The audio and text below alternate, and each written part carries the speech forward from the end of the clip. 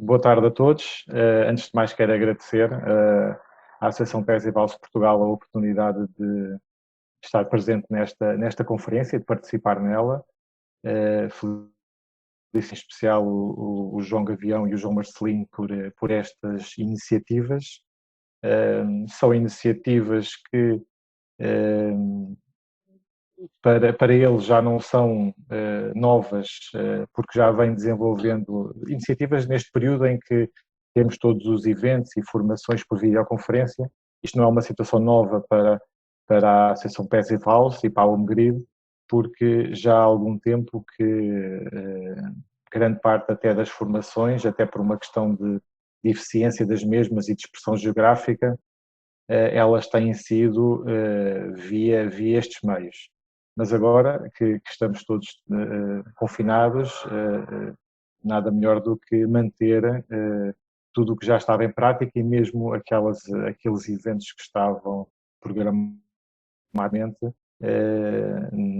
também são possíveis fazer e como tal também queria felicitar por mais esta iniciativa. Em relação aqui ao tema... Vou passar aqui o ecrã. Okay. Em relação ao tema que me foi pedido para falar, tem a ver com o processo de análise de reabilitação passo a passo do edifício do Laboratório Regional de Engenharia Civil dos Açores.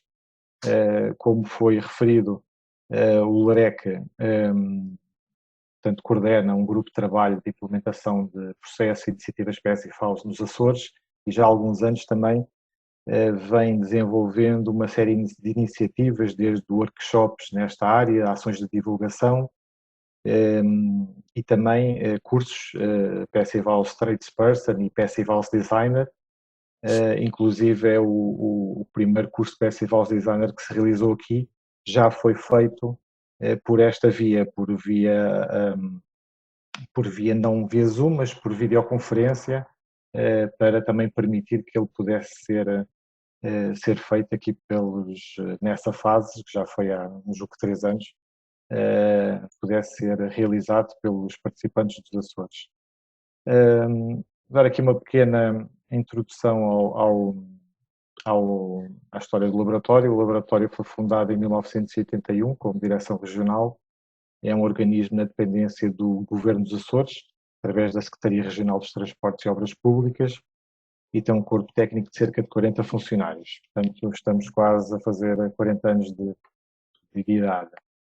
Tem uma relação, apesar de não haver uma dependência direta com o laboratório congénere da Madeira e com o LUNEC, tem uma relação e um protocolo de cooperação praticamente desde o seu início e portanto, toda a atividade e todo o apoio que é necessário e contributos têm sido trocados ao longo dos anos entre estas duas entidades. O LAREC é certificado, o seu sistema de gestão de qualidade é certificado e tem diversos ensaios acreditados pela norma ISO 17025 e calibrações também. As áreas principais onde o laboratório se foca é a área de geotecnia e prospecção e a área de estruturas e materiais de construção. Qualquer uma delas tem 3 unidades laboratoriais e vem desenvolvendo também algum trabalho nesta área da eficiência energética, da sustentabilidade, já falaremos mais adiante. Portanto, desde o princípio, a sua missão centrou-se no desenvolvimento de um apoio a todas as entidades que necessitassem dele, quer fossem públicas, quer privadas, o apoio também a todo o setor da construção civil, também um papel importante na divulgação do conhecimento científico e tecnológico nesta área, que também tem vindo a ser feito utilizando estas vias de comunicação, porque apesar das ações até ao final do ano passado serem presenciais, elas, sempre possível, são transmitidas também para as restantes ilhas dos Açores, o que permite também que os outros técnicos possam desfrutar delas. Em relação aqui aos Açores e às questões da sustentabilidade, Eu passava aqui uma cronologia de alguns momentos e também para perceber um pouco o foco também da região nesta área, desde o reconhecimento do Centro Histórico de Angra do Heroísmo como Património Mundial da Humanidade, em 1983, posteriormente também da paisagem da vinha, da cultura da vinha da Ilha do Pico. Por sucessivos anos também várias zonas dos Açores foram reconhecidas como reservas da biosfera, 3 ilhas e as fazãs da Ilha de São Jorge. Também foi criado o Geoparque Açores, também o primeiro geoparque a nível mundial, como sendo um agrupamento de ilhas, ainda não existia nenhum nessa área, e mais recentemente também fruto deste foco da região nesta vertente, foi o primeiro arquipélago do mundo a alcançar a certificação internacional como destino sustentável. A nível da parte de energia e dos objetivos e do que tem sido feito a este nível, também há aqui uma série de ações que têm sido feitas ao longo dos anos, há algumas aqui mais antigas, como a geotermia, que já vem de longa data e que permite, na ilha de São Miguel, que cerca de 40% da produção de energia da ilha seja por esta via. Já se encontra também em funcionamento uma instalação de aproveitamento geotérmico na Ilha Terceira. Há iniciativas aqui mais recentes, como também fazer estudos de modelos a nível de ilha, nomeadamente aqui da Ilha Graciosa, para que pudesse ser uma ilha também energicamente sustentável e com o objetivo atual de que já se conseguiu que 65% da eletricidade produzida na ilha tenha como base fontes de energia renováveis. Há também outros projetos a nível das Smart Islands e da Vehicle to Grid também, onde os Açores, o Governo dos Açores e a Direção Regional de Energia também estão envolvidos. Relativamente aqui à parte da sustentabilidade e do laboratório, há um projeto que foi criado há cerca de 5 anos, denominado Projeto LAREC Mais Sustentável, que tem um objetivo alargado de promover um sistema de melhoria contínua nesta área, com redução de recursos, com reutilização de desperdícios, promoção da economia circular, uma melhoria também da qualidade e conforto e da eficiência energética.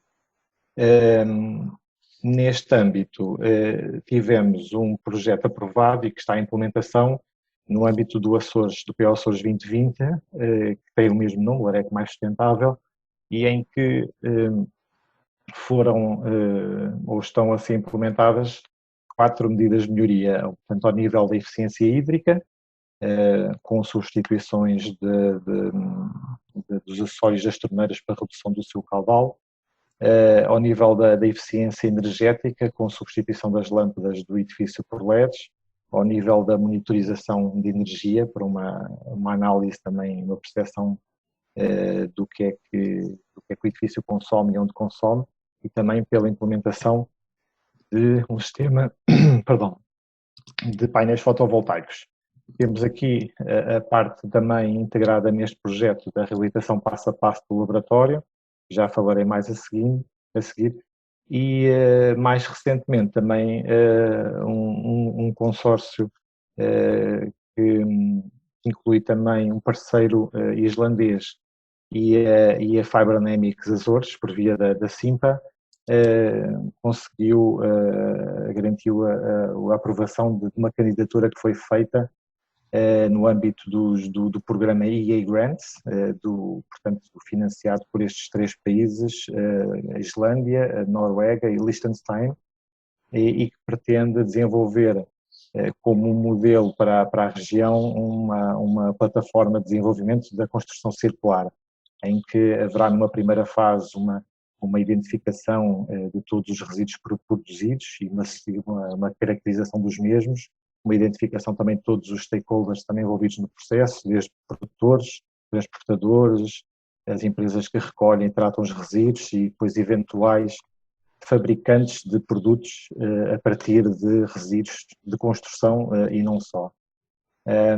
Depois pretende-se fazer algum desenvolvimento tecnológico e estudo de modelos demonstradores para a criação de produtos a partir destes resíduos. Também está previsto, à semelhança do que já foi feito com um outro projeto, foi a Plataforma de Indústria Criativa dos Açores, fazer um concurso de ideias em que toda a comunidade, toda a população é convidada a apresentar ideias de criação de produtos a partir de resíduos. As melhores ideias de ser desenvolvidas tecnologicamente e de serem prototipadas. Prevê também a criação desta dita plataforma, onde se prevê, onde se deseja que haja uma interação entre todos estes intervenientes e também perceber ou testar este modelo a uma escala de ilha, como aqui na região dos Açores, e eventualmente ele sendo, correndo bem este teste, poder ser replicado para outras regiões do país ou da Europa para este efeito. Passando aqui para o tema propriamente dito da reabilitação do edifício do LAREC, vamos falar aqui um pouco da caracterização do edifício, o cenário base desenvolvido, alguns cenários com medidas de melhoria que já foram calculados e analisados e passos seguintes também para este efeito. Eu já agora voltava só aqui atrás peço desculpa, para dizer que estas medidas de melhoria no âmbito deste projeto foram as medidas possíveis, pode-se dizer assim, no âmbito das condições desta candidatura, ou seja, o caderno de encargos, e isto era uma exigência também a nível da Comunidade Europeia destes projetos, obriga a que o projeto seja economicamente rentável, ou seja, ele tem que ter um vale positivo, um tiro positivo,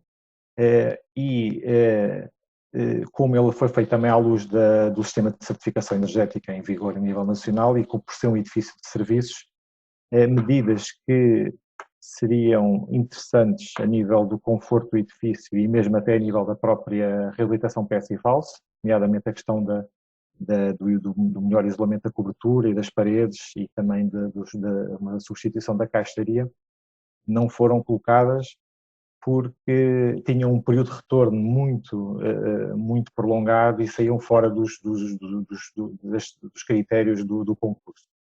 Ainda tentámos que isso acontecesse, mas não foi possível. De qualquer forma, estas medidas já vão ser muito interessantes aqui para uma promoção da redução da energia no edifício e da sua monitorização e depois, mais para a frente, se as coisas correrem como planeamos, poderá haver novos projetos ou novas ações que permitam fazer as restantes melhorias.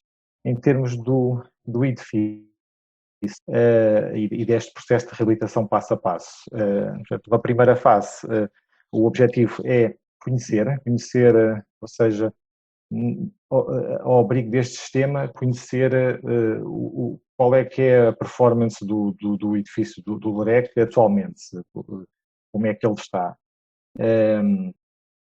Com o objetivo de que se consiga melhorar o seu conforto, a sua qualidade do ar, reduzir também o consumo de energia e também melhorar a eficiência energética do mesmo. Para isso, como já foi referido, vão ser testados, ou estão a ser testados vários cenários de reabilitação, passo a passo. Neste caso, é um edifício existente, não referi há pouco, peço desculpa, mas o edifício tem 20 anos de existência.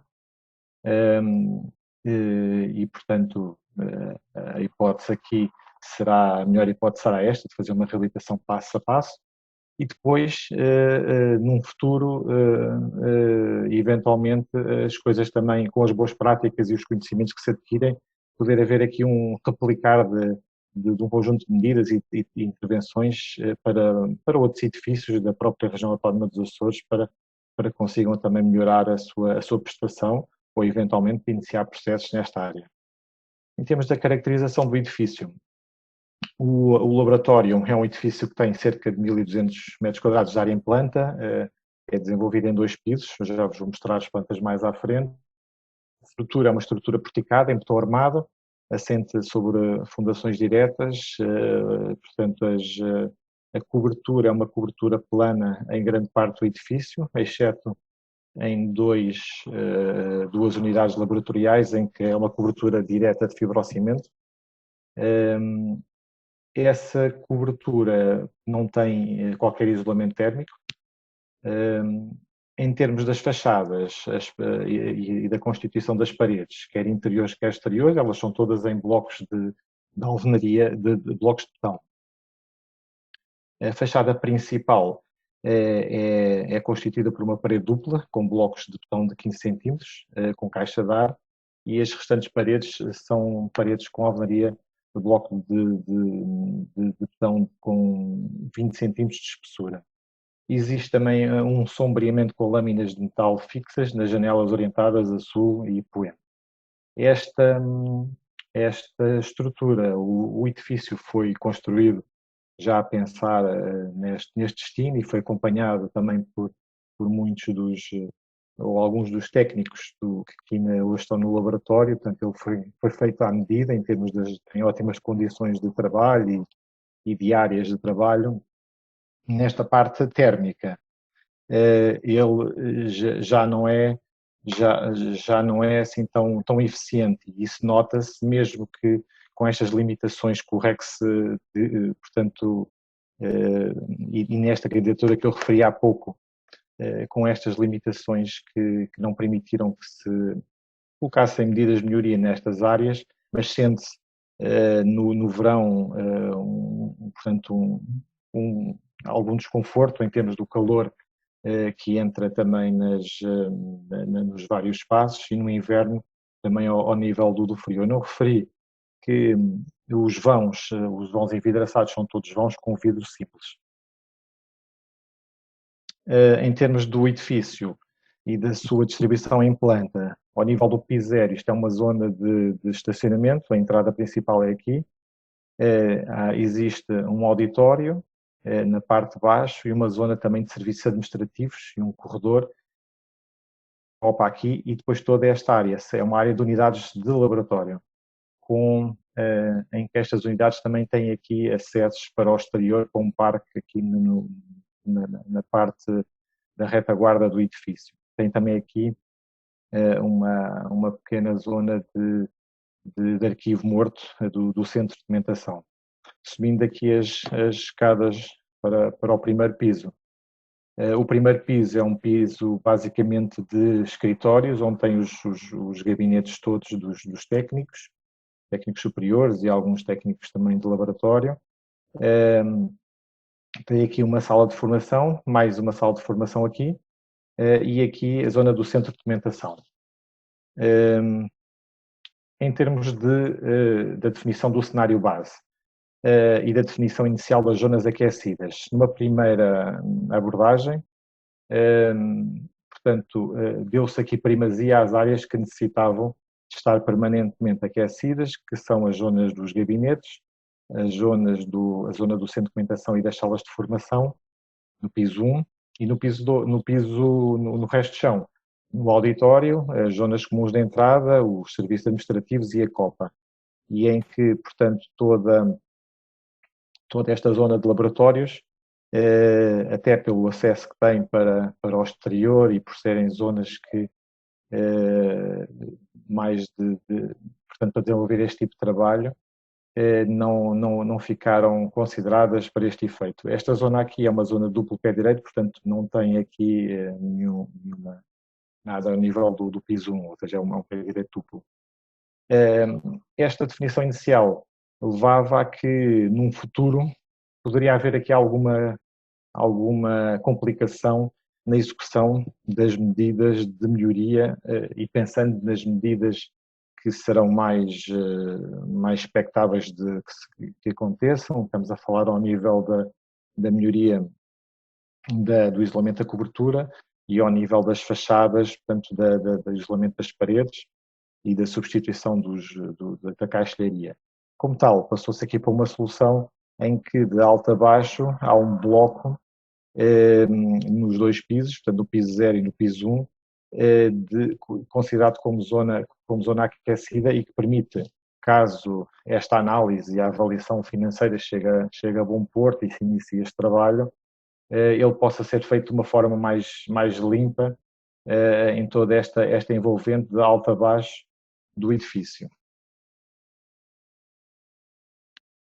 O cenário base de valores introduzidos no PHPP foi este, em que o edifício, portanto, não cumpre os requisitos necessários para ser um edifício com certificado pela Passive House, um edifício Passive House.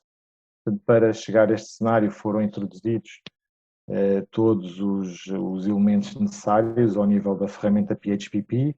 Foi feita uma medição e caracterização da envolvente opaca, dos envidraçados, dos sombreamentos, medição de consumos, medição e caracterização das pontes térmicas e o preenchimento de todos estes dados, como referi atrás na ferramenta. Na que foi feita, considerou-se aqui 3 grupos de medidas de melhoria. Portanto, as medidas de melhoria ao nível da cobertura, com uma colocação de um isolamento de 4 cm, XPS nas coberturas horizontais ou de 6, depois ao nível das paredes também 2 cenários, 2 centímetros de interrupção de isolamento e outro com 6, e 3 medidas de melhoria ao nível dos envidraçados. Uma J3 de forma a que eles cumpram o disposto na regulamentação atual, uma em que todos os envidraçados são substituídos por vãos em PVC com vidro duplo, com estas características, e outra em que apenas só os envidraçados a sul e a oeste seriam substituídos por este tipo de caixilharia. E depois foram feitos também cenários conjugados portanto, de aplicação das 3 medidas em simultâneo, ou seja, da cobertura da cobertura 2 com 6 cm mais as paredes com 6 cm e a solução J1 da caixilharia e as soluções de 4 cm de cobertura e paredes e de caixilharia apenas nos vãos a sul e a oeste. Isto resultou aqui portanto, nestes valores. Esta parte aqui a verde é apenas uma percentagem das perdas de calor por transmissão. Isto, portanto, é uma desagregação por orientação dos vãos da percentagem de calor e depois temos aqui um total, portanto, este conjunto de valores faz 100%, em que num cenário inicial cerca de 1/3 das perdas são pelas janelas, outro terço, um pouco mais pela cobertura e 20% pelas paredes exteriores. Estes cenários, portanto, foram feitos isoladamente com cada uma das medidas de melhoria. Nenhuma delas chegou a valores que permitissem que o edifício pudesse cumprir os requisitos definidos na norma, portanto, nos critérios Passive House.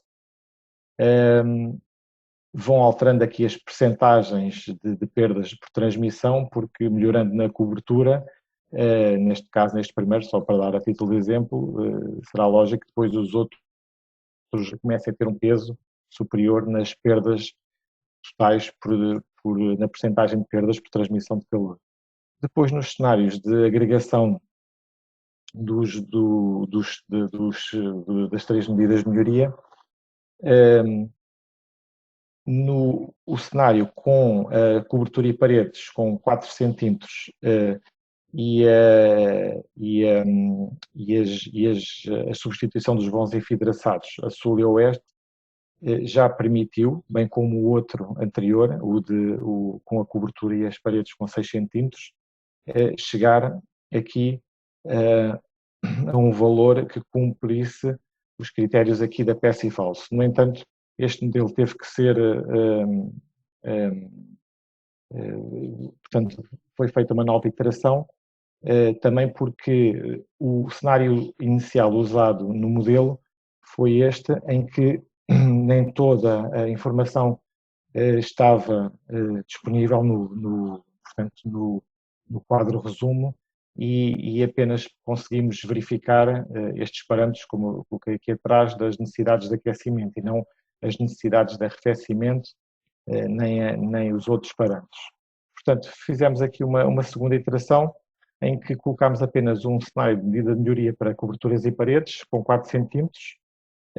Introduzimos aqui a melhoria da escada, considerando que o edifício atingia as 0,6 renovações por hora, e apenas 2 cenários de substituição de vãos enfidraçados, o de substituição integral e o de substituição apenas nos vãos orientados a sul e a oeste, e depois novamente cenários conjugados.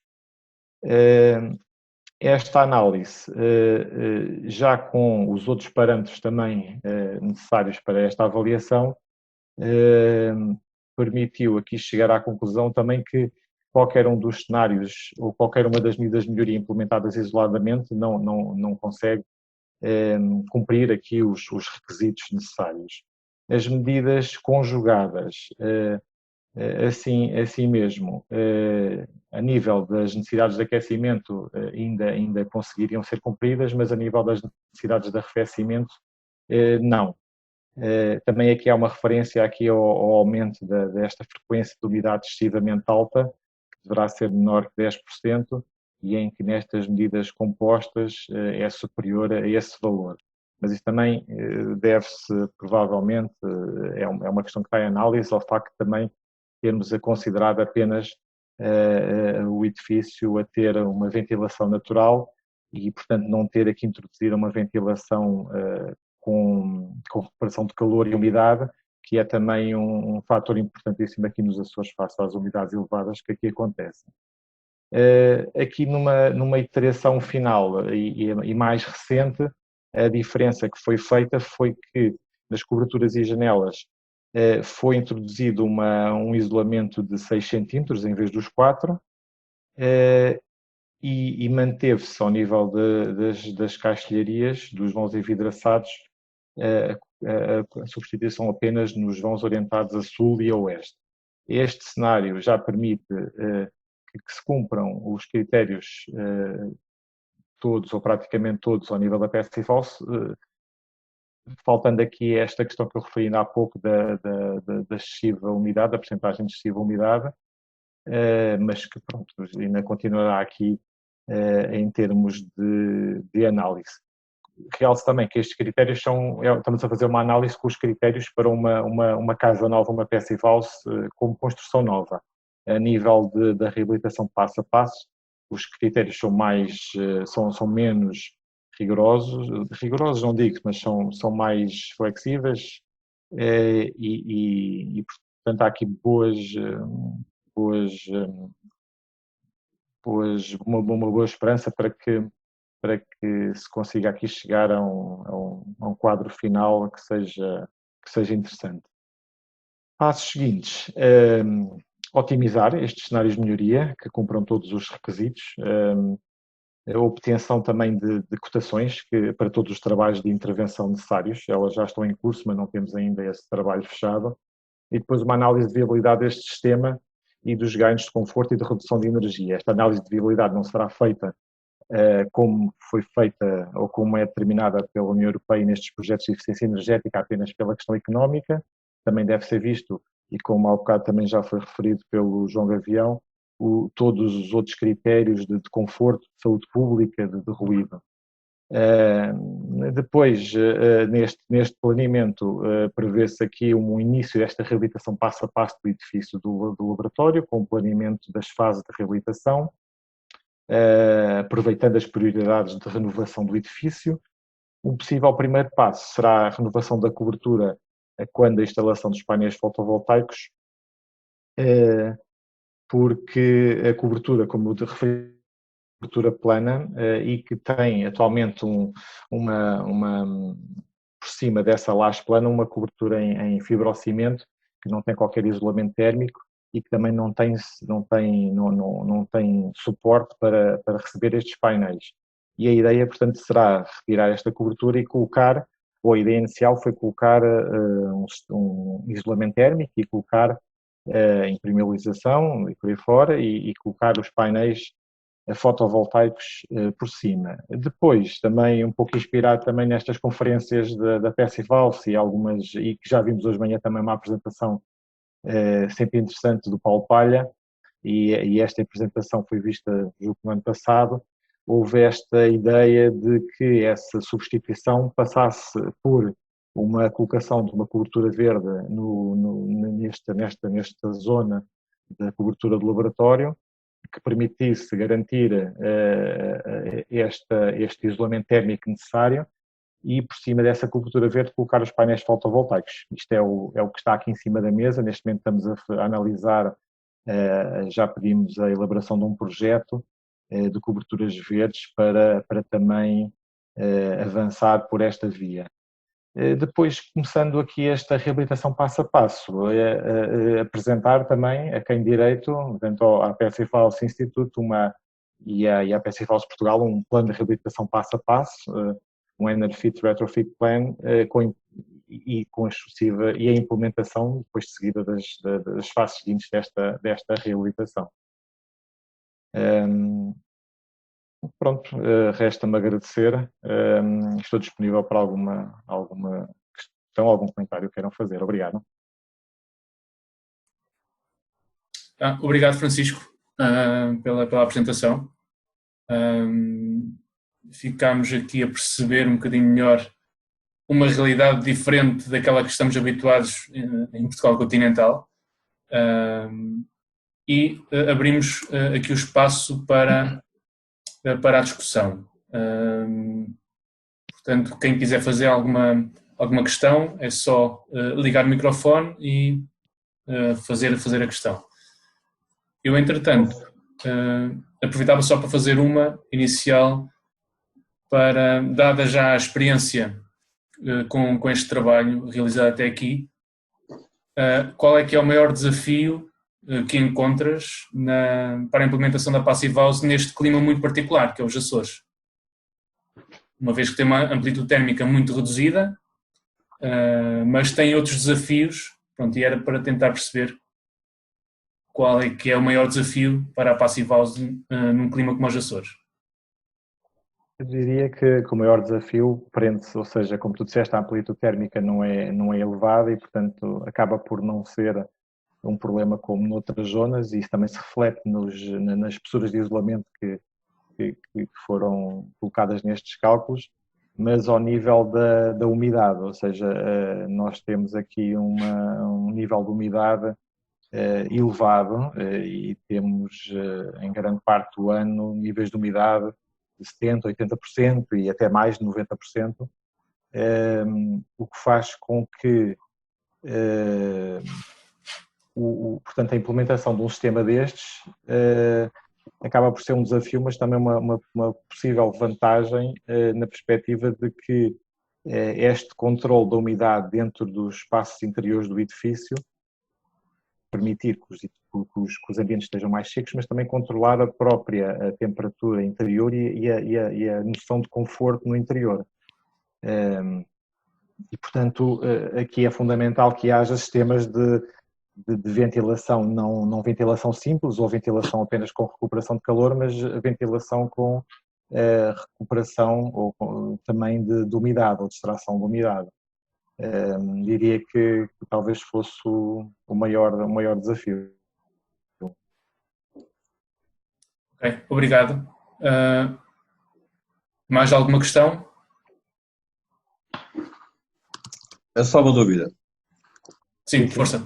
Quando se falou em termos de materiais de construção, a opção por caixilhos de PVC, neste caso, foi uma escolha meramente económica, julgo eu, que por motivos técnicos não seria, com certeza.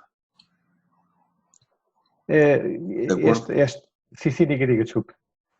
Não, pergunto se está de acordo comigo. Sim, ou seja, não,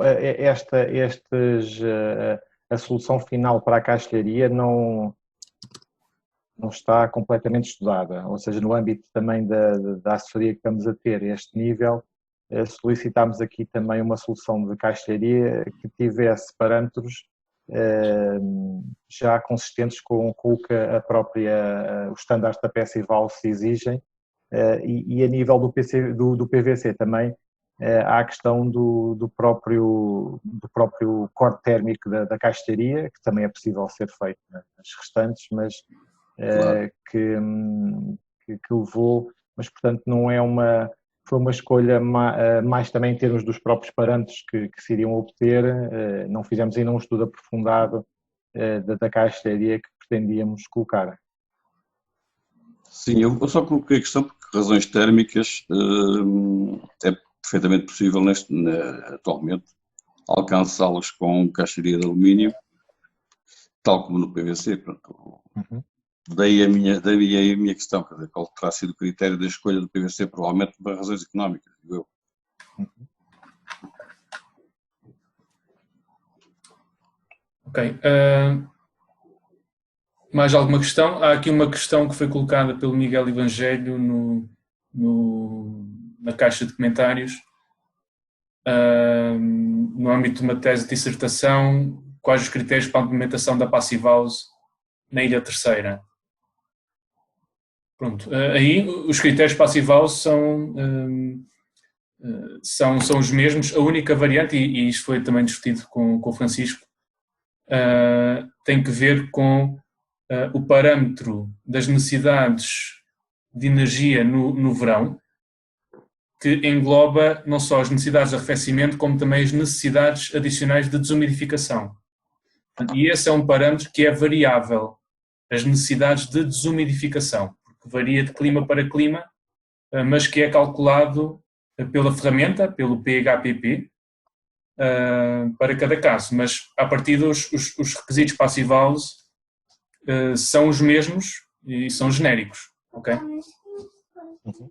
Já agora sobre esta questão, eu inicialmente tinha a ideia, se bem que agora a divulgação da informação já está mais generalizada, mas que até pela origem deste Standard Passive House, que ela era uma solução mais adequada, pode-se dizer assim, para climas mais frios, ou com uma maior amplitude térmica, mas mais frios do norte da Europa, até pela origem da atitude na Alemanha, mas em rigor esta é uma solução que está, ou tem vindo ao longo dos anos a ser implementada um pouco por todo o mundo, e os seus próprios critérios vão-se alterando, ou seja, como o João estava a dizer, as condições climáticas em cada zona são pré-definidas e são estudadas para que também se possa fazer e usar esta ferramenta na zona em que tivermos, seja num clima tropical, seja num clima sub- ou semi-tropical, que é os Açores, seja num clima seco, seja num clima muito frio. Portanto, a análise adapta-se e depois, por sua vez, as medidas de melhoria, apesar de defenderem a questão do isolamento da casa e da sua ventilação, os próprios espessuras de isolamento também variam consoante também a região onde a casa está inserida ou o edifício está inserido. Okay. Há aqui mais uma questão. Pedro, boa tarde. Colocar a questão. Muito brevemente, até já obrigado pela sua apresentação. Eu gostaria só de perguntar, isto também um bocado na sequência de uma discussãozinha que houve aqui no chat, qual é a sua sensibilidade para o retorno económico deste investimento de reabilitação? É que o sentimento que eu tenho no trabalho que tenho desenvolvido e aquilo que tenho ouvido de outras pessoas, como ouvimos hoje de manhã e agora da sua apresentação, é que às vezes a reabilitação de edifícios recentes não é muito interessante do ponto de vista económico, ou seja, não estou a discutir os outros parâmetros, okay? Apenas do ponto de vista económico, às vezes não é muito interessante o padrão Passive House, porque é muito exigente. Portanto, a pergunta que eu faço, em termos de sensibilidade, ou será que já se estudaram isso mais concretamente, é quais é que seriam os parâmetros ideais em termos de rentabilidade do investimento, ou seja, em termos de retorno, se não fosse uma Passive House, seria o quê, na sua opinião?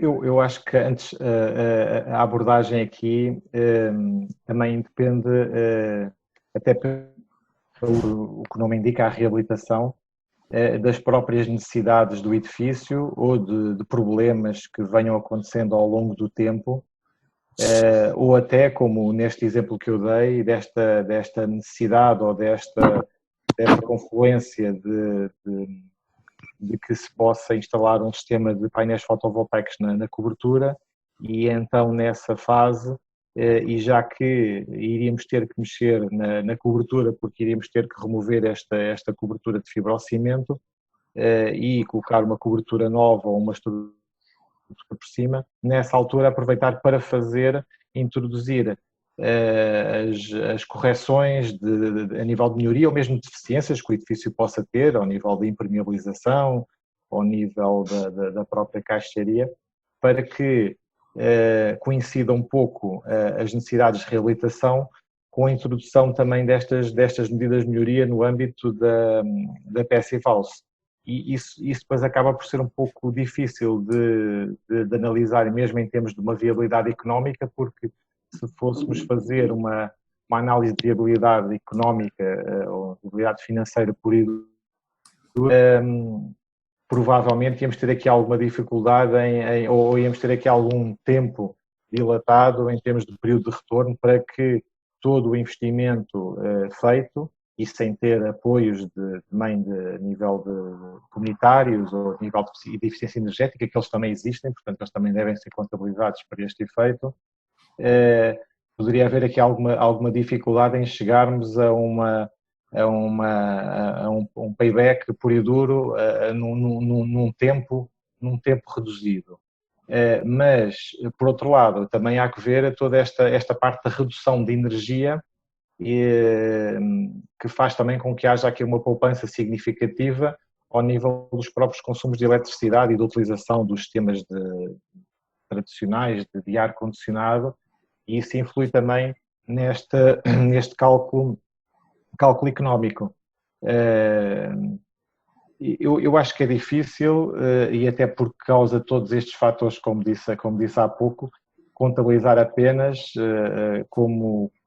fazer apenas uma análise económica, uma análise financeira. Eu sei que é no final o que conta, mas o que mais conta é verificar aqui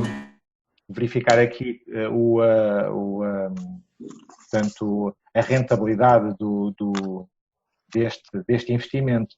Mas mesmo nesta fase que estamos, e que já os anteriores palestrantes tiveram a oportunidade de falar, mesmo isto altera também aqui um pouco o paradigma destas necessidades, porque nós estamos a pensar aqui no edifício do laboratório e do seu conforto, que eu referi há pouco, que ele é desconfortável no pico do inverno, apesar de ter aqui temperaturas de 8, 10 graus, mas é desconfortável, e é desconfortável no verão, apesar das temperaturas não chegarem ou seja, 25 graus já é um dia assim fora de série.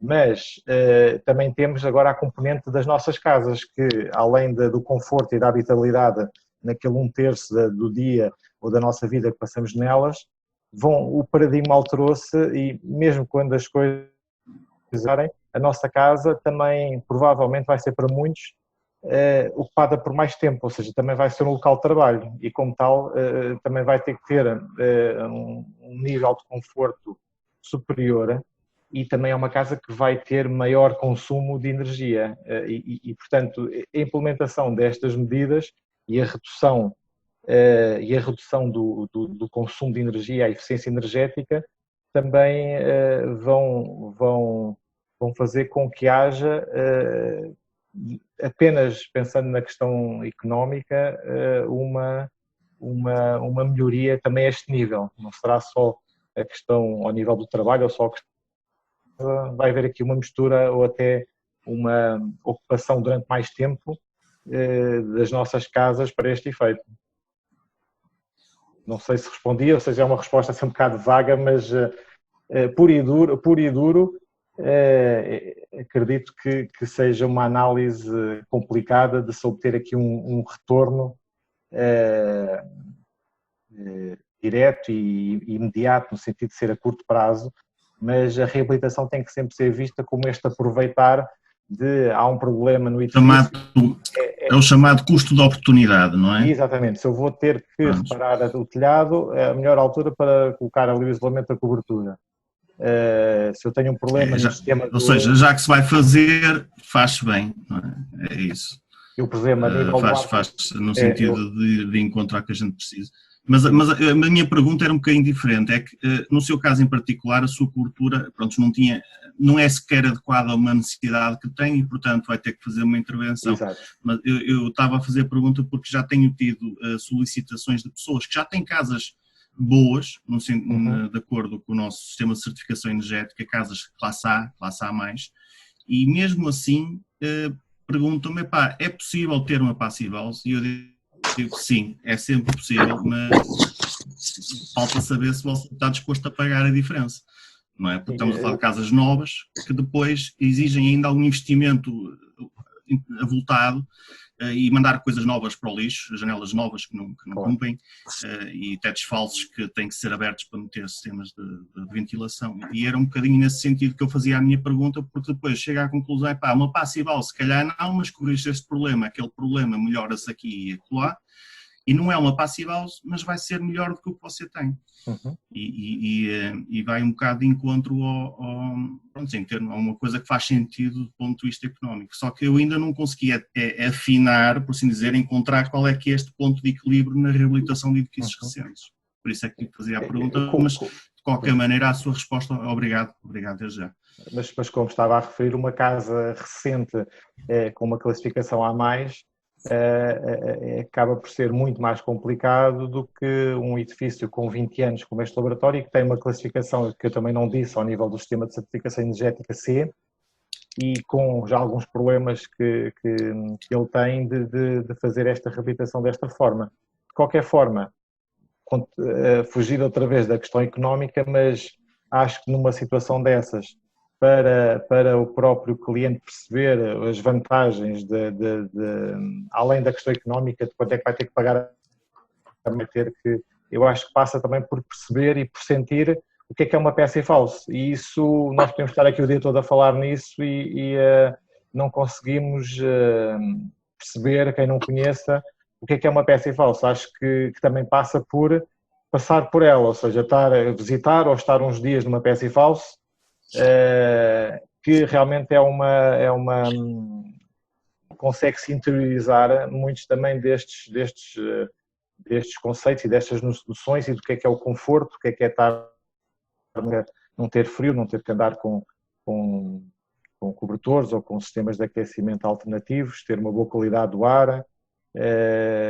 Acaba por ser também uma boa forma, não é de convencer as pessoas no mau sentido, mas perceber, porque realmente não é só a questão económica aqui, pelo menos no meu entender, não é só a questão económica, e numa situação dessas em que não há muito como fugir, se uma casa é recente, tem meia dúzia de anos, é uma A+, é realmente complicado, porque a intervenção a ser feita tem que destruir ali alguma coisa que nem precisava de ser destruída, acaba por ser complicado, portanto vai necessariamente custar ou ter um retorno muito elevada a nível económico, mas todos estes outros fatores acho que só se entende, a pessoa tem que perceber na balança o que é que pesa, não é? Se realmente a parte económica é o que pesa mais e o resto não, ou se dá realmente valor aos outros critérios e às outras razões do conforto, e aí decide nesse prato de balança.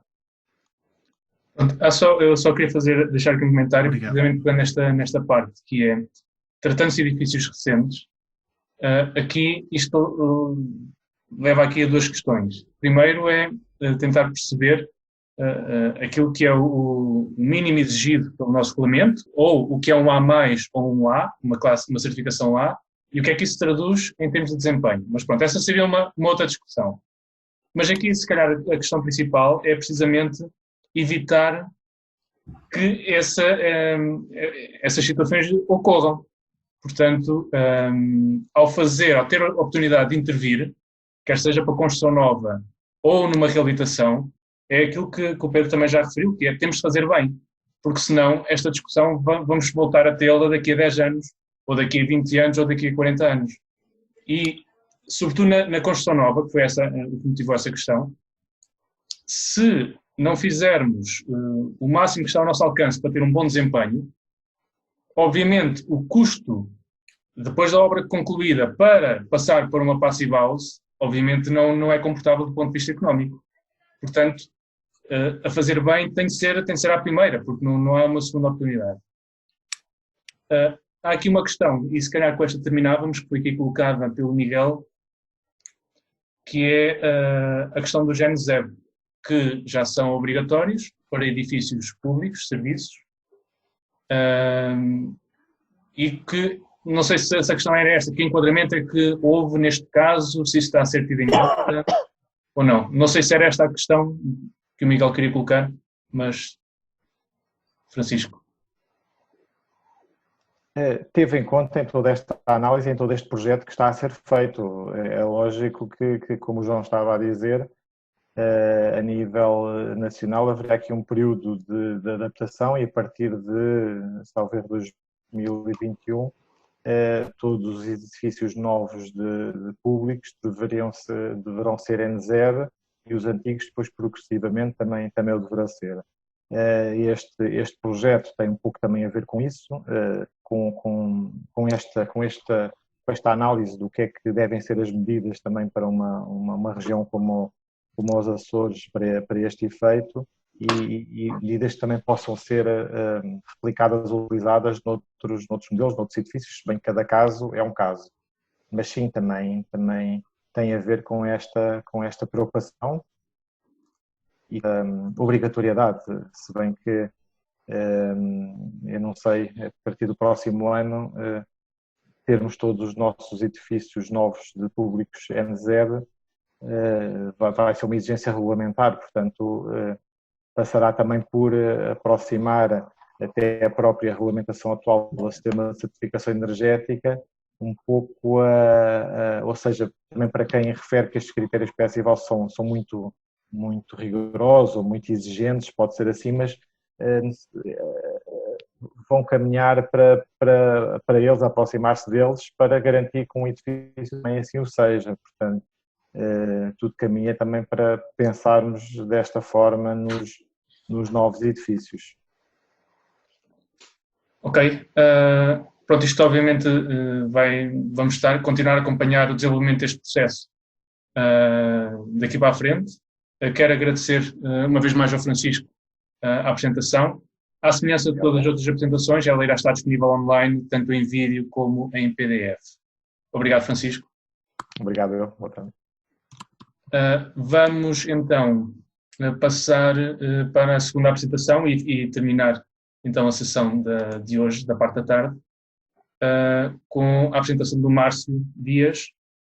O Márcio é arquiteto e tem grande experiência, não só a nível de projeto, mas também e sobretudo ao nível de gestão de obra, e ele vai fazer a apresentação, e nomeadamente dentro do conceito Passive House, Minergie, portanto, conceitos de elevado desempenho no setor dos edifícios, e vai fazer a apresentação do projeto que é autor, que é a Passive House certificada no Mindelo, é a primeira Passive House certificada na região do Distrito do Porto.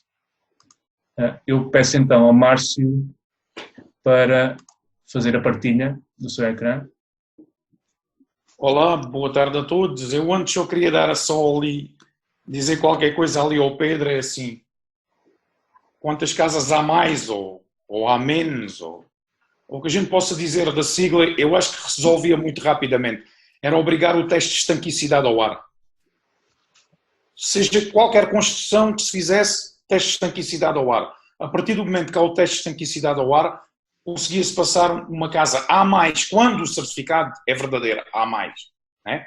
Estou a falar de certificados A mais. Eu também já fui vistoriar certas Minergies, que são Minergies, depois faz um sorteio e vai-se lá fazer os testes todos em 100 casas, sorteia-se e calha 20, e quando se vai fazer os testes elas não passam. Pronto, isso é um bocadinho complexo, porque há certificados que estão aí que não são certificados. Pronto, eu vou passar aí, peço desculpa, vou apresentar aí o projeto.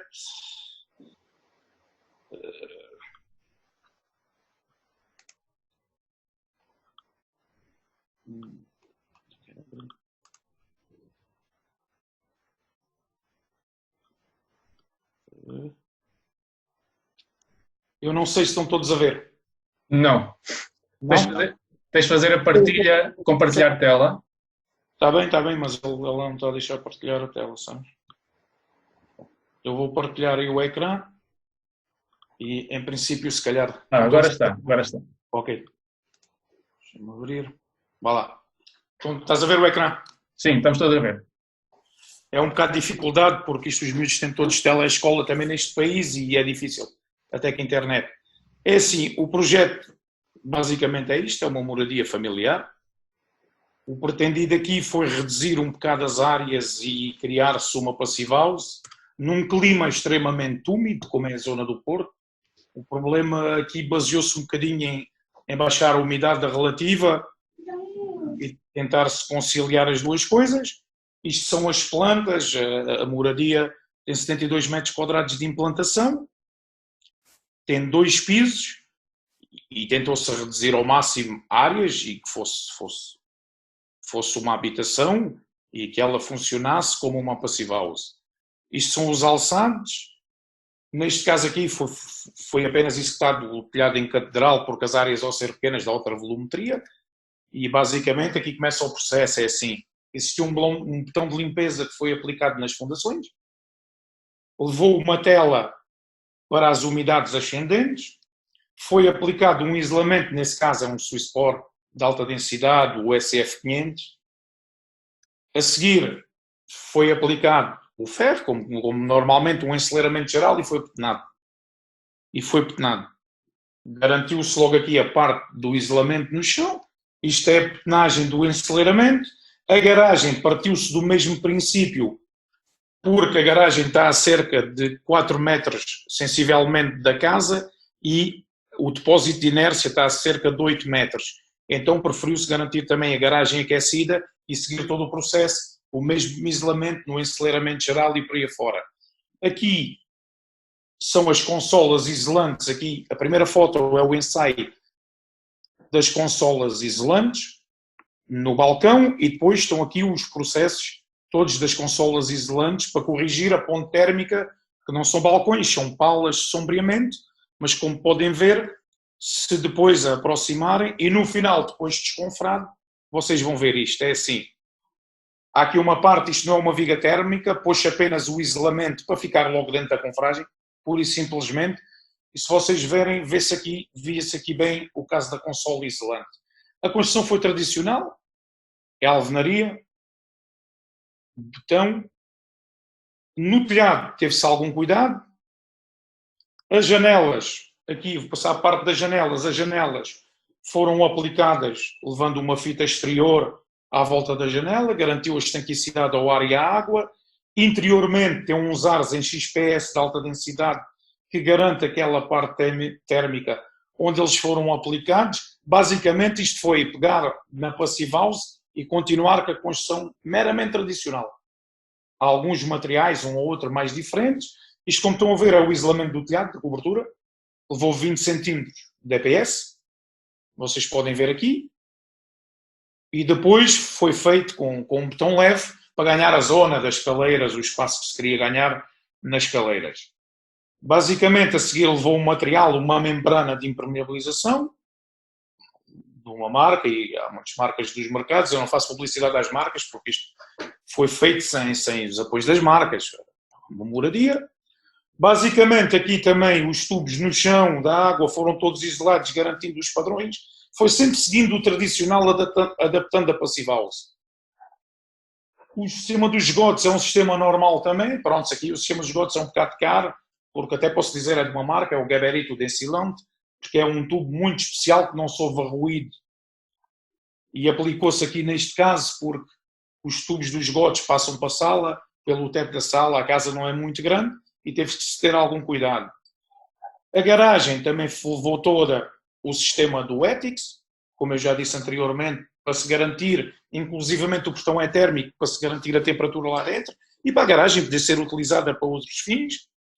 Nesta foto vocês veem o ETICS também, que vai lá acima e que liga lá em cima com o telhado. Com o ETICS do telhado, existe um invólucro total. É o enceleiramento geral, as paredes e o telhado, e todo ele faz um invólucro. Aqui é uma foto da construção do Ethics. O Ethics é o normal, foi um EPS de 10 centímetros, seguiu-se, foi de uma marca, pronto, com as E-tags e com todas as suas certificações. Interiormente foi metida a máquina de ventilação dentro de um móvel, isto só para dizer o quê? Porque assim, a casa não é muito grande, mas há sempre possibilidade da gente encastrar certas coisas quando queremos. A ventilação está dentro de uma zona quente, de forma a melhor funcionar.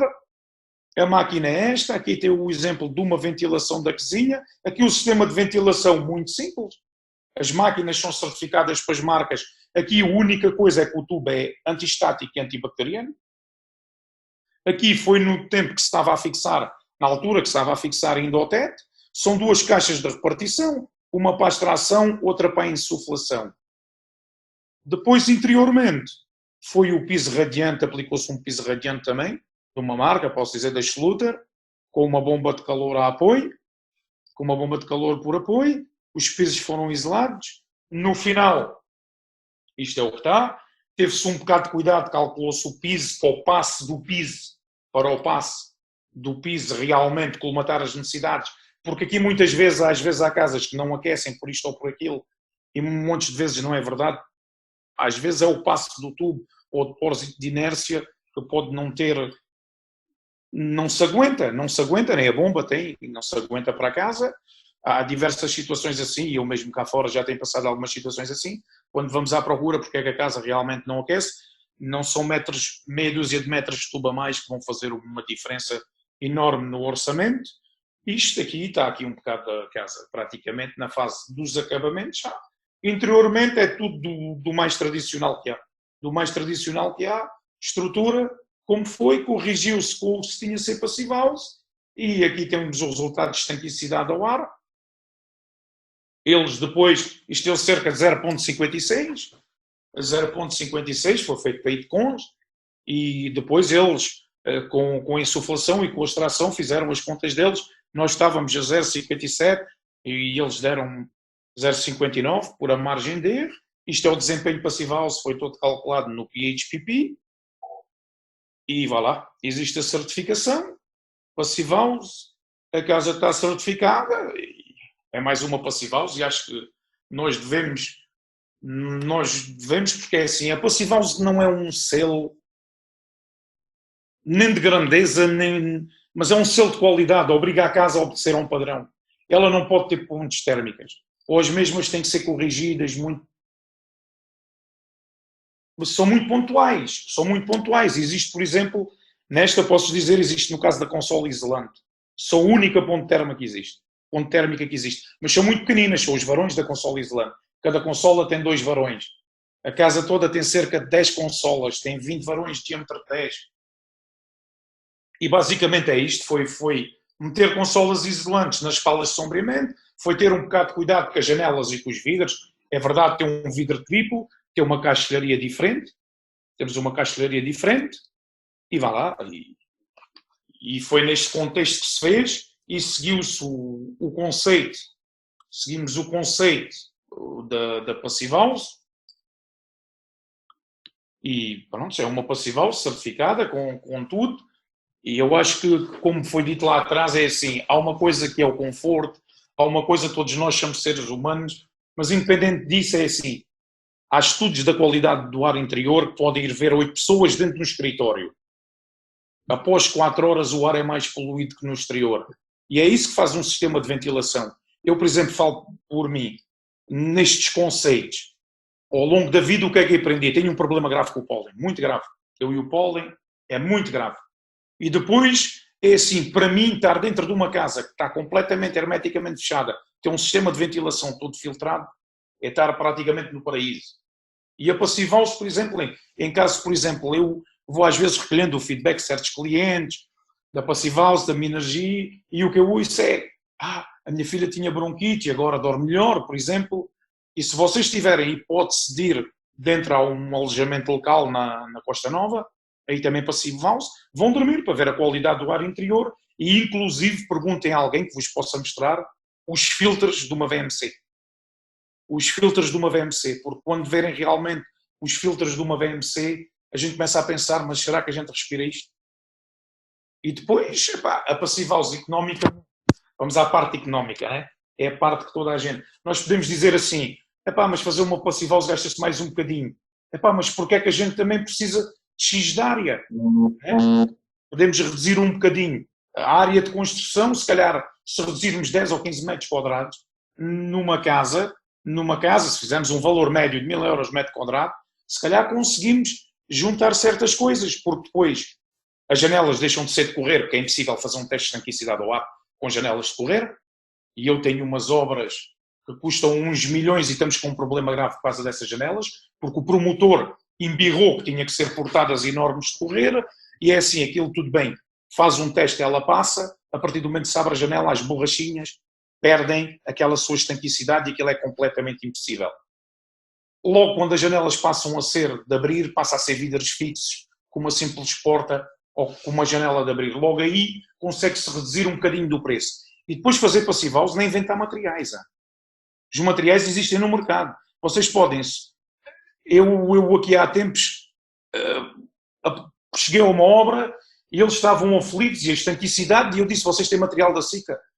Temos. Epá, então eles vêm fazer o teste amanhã, vocês não têm hipótese de, por exemplo, ir buscar a fita, epá, vocês comecem a serzitar todas as juntas entre o tijolo e a laje, por exemplo, e fez o teste e passou. Pode-se adaptar outros materiais à passive-house. Pode-se adaptar outros materiais. Eu já fiz alguns testes em obra, porque normalmente eu faço sempre 2 testes de estanquicidade ao ar, porque já me aconteceu também ficar com as calças na mão. Chegar só a um teste de estanquicidade e aquilo passar 3 ou 4, ou chegar ali aos 64, 65, 66 e eu ver uma aflita. Então preferi sempre, a partir do momento que tenho a obra fechada, mando fazer um teste de estanquicidade. Se ele passa, passa. Se ele não passa, vamos ver onde é que vamos corrigir.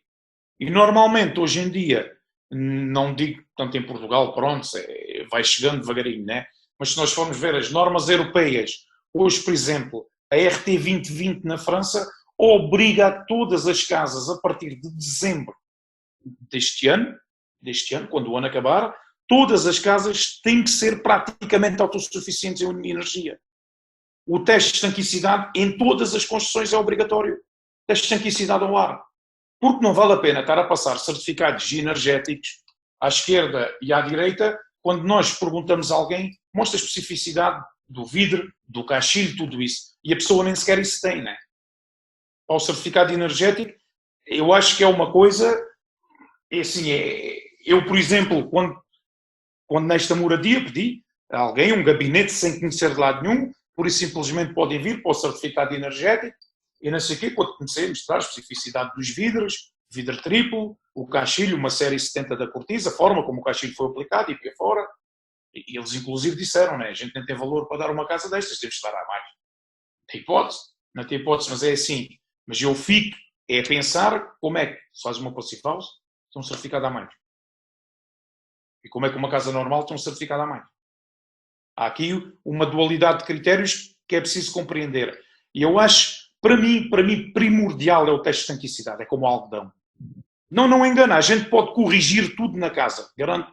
Posso-vos mostrar até passive house, correu mal e uma parte ou outra foi demolida e teve-se reconstruir. Tenho passive houses também em renovação, que foram renovações um bocado difíceis, mas o teste de estanquicidade ao ar é mesmo o algodão. A gente corrige um balcão, tira aquele balcão, pá, mete ali uma consola qualquer com uns apoios e faz o balcão para servir de pala e madeira, ele deixa de ser balcão, passa a ser uma pala de sombreamento. Mas quando chegamos ao teste de estanquicidade, os gajos metem lá aquilo na porta, começam a fazer o teste, aquilo ou passa ou não passa. Daí é todo este processo. E acho que em toda a construção nova devia ser, no mínimo, o teste de estanquicidade. O que é que a passive house e todas estas técnicas de construção obriga? Obriga o arquiteto, o engenheiro, todos os técnicos a estar mais em obra. Mas com isso também existe outro preço diferente para eles. Eles fornecem um serviço diferente. Mas isto já está mais estudado, não somos nós, por exemplo, William Morris já dizia, quando foi na Revolução Industrial, ou nós conseguimos seguir todo o processo, de início ao fim, ou não conseguimos garantir o processo final. O arquiteto seguir todas as fases, se estiver lá, se seguir a parte da estanquicidade, porque são fases tipo.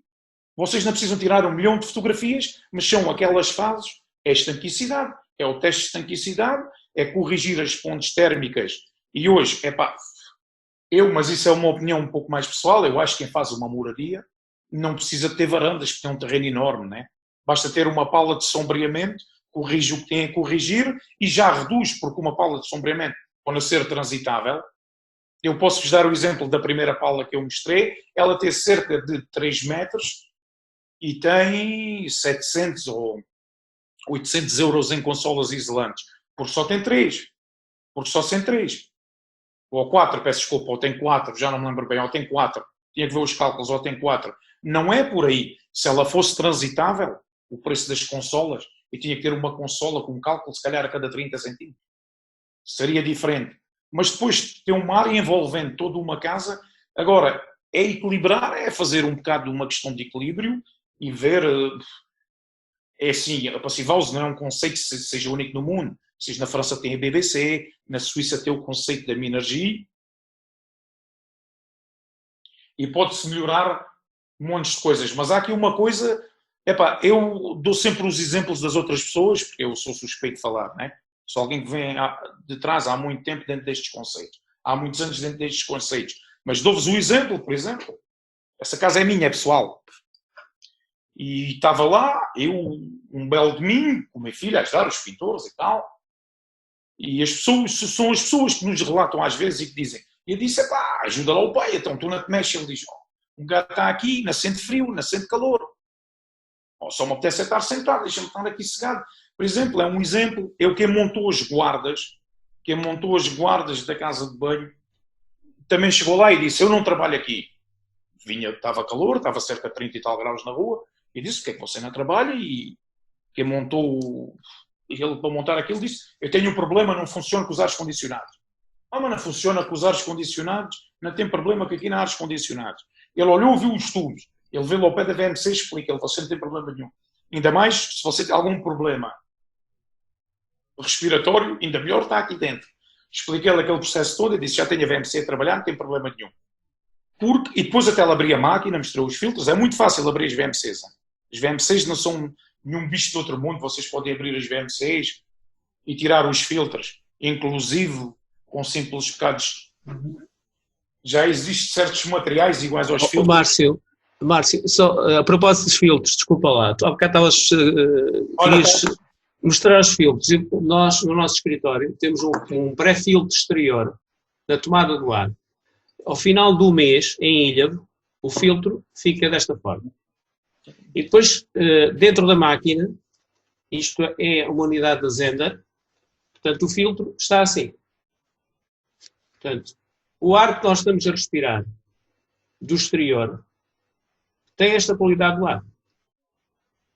Portanto, é evidente que se vocês estiverem num edifício que não tem estes filtros, ao final de 1 ano, 2 anos, vocês vão ter problemas de saúde, não é? E é a questão que, hoje em dia, nós verificamos que a saúde está acima de tudo.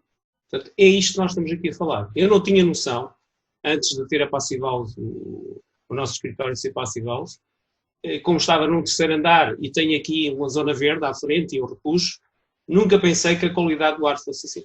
Ok. Desculpa, Márcio, era só para dar esta imagem, porque é isto que nós temos aqui. As pessoas é assim, há sensações únicas de conforto. Eu, por exemplo, tenho 2 clientes, um casal, né? Eles compraram uma moradia, mas dividida em 2 apartamentos. E ao início eles queriam fazer qualquer coisa e disse, vamos brincar aqui um bocadinho, vamos fazer uma Passive House ou uma Minergie, vamos fazer aqui uma coisa engraçada. Eles ao início ficaram ali e disse, vamos fazer uma coisa, se vocês não gostarem, a gente passa só as tubagens da ventilação a duplo fluxo e não mete máquina nenhuma. E vocês não gastam dinheiro na máquina, porque as tubagens é um valor simbólico numa casa.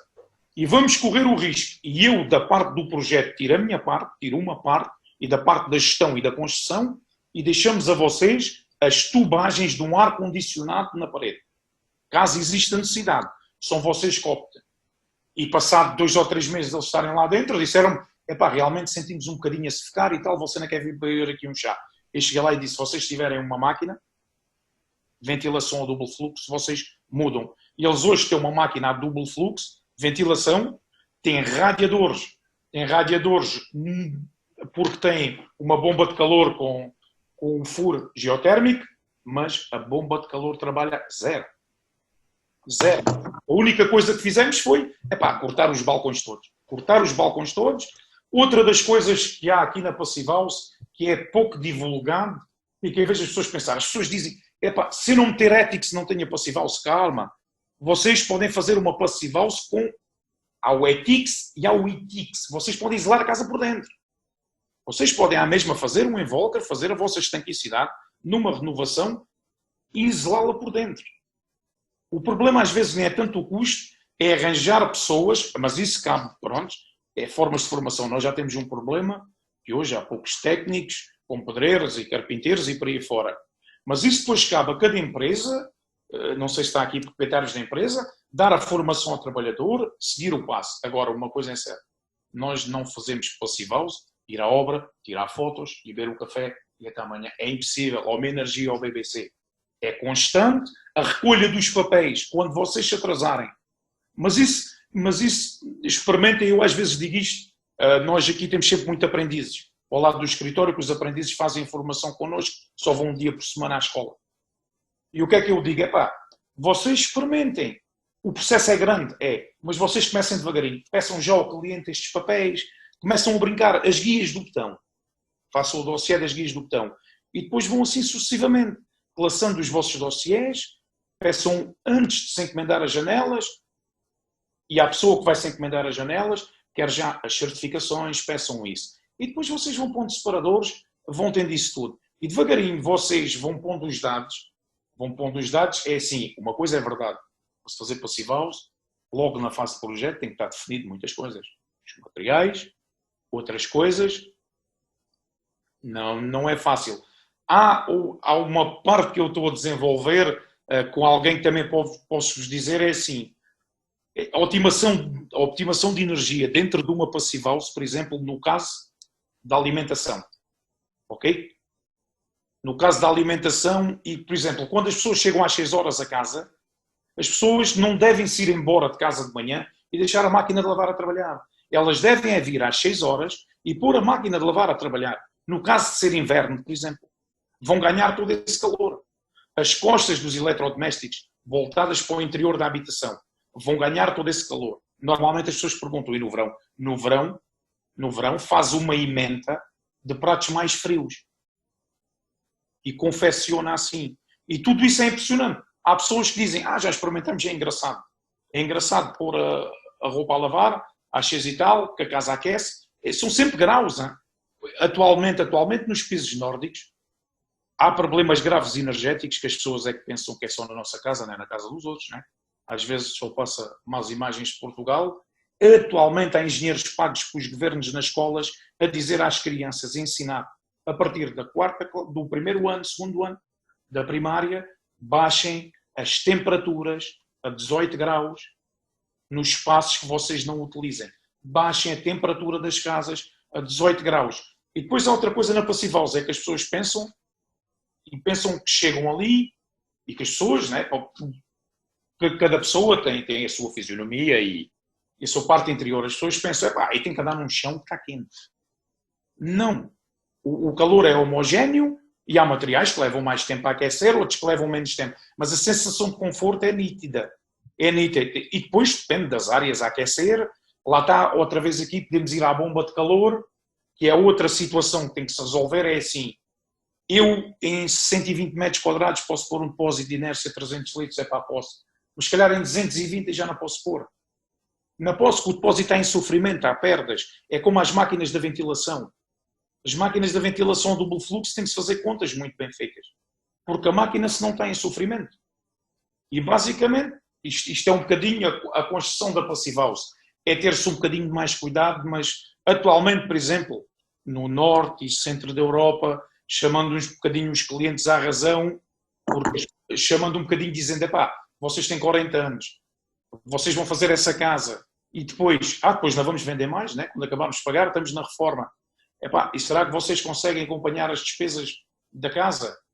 Se reduzirem as áreas, porque é o depósito de inércia, por exemplo, no piso radiante, e os tubos aquilo aguenta a vida toda. Teremos que mudar a bomba de calor. Sim, quanto é que é uma bomba? 3, 4 mil euros. É mais pacífico por exemplo, eu vou-vos dar um exemplo em França. Há um senhor que lhe chamaram maluco. O que é que o gajo faz? Uma aplicação para o telefone e pega do duche, onde sai a água, e põe aquilo a trabalhar elétrico, e põe-se a contar a água, e põe aquilo em certas famílias, porque ele fez o seu protótipo, registrou aquilo e não sei o quê. Há uma família que num ano poupou 1.500 euros de água.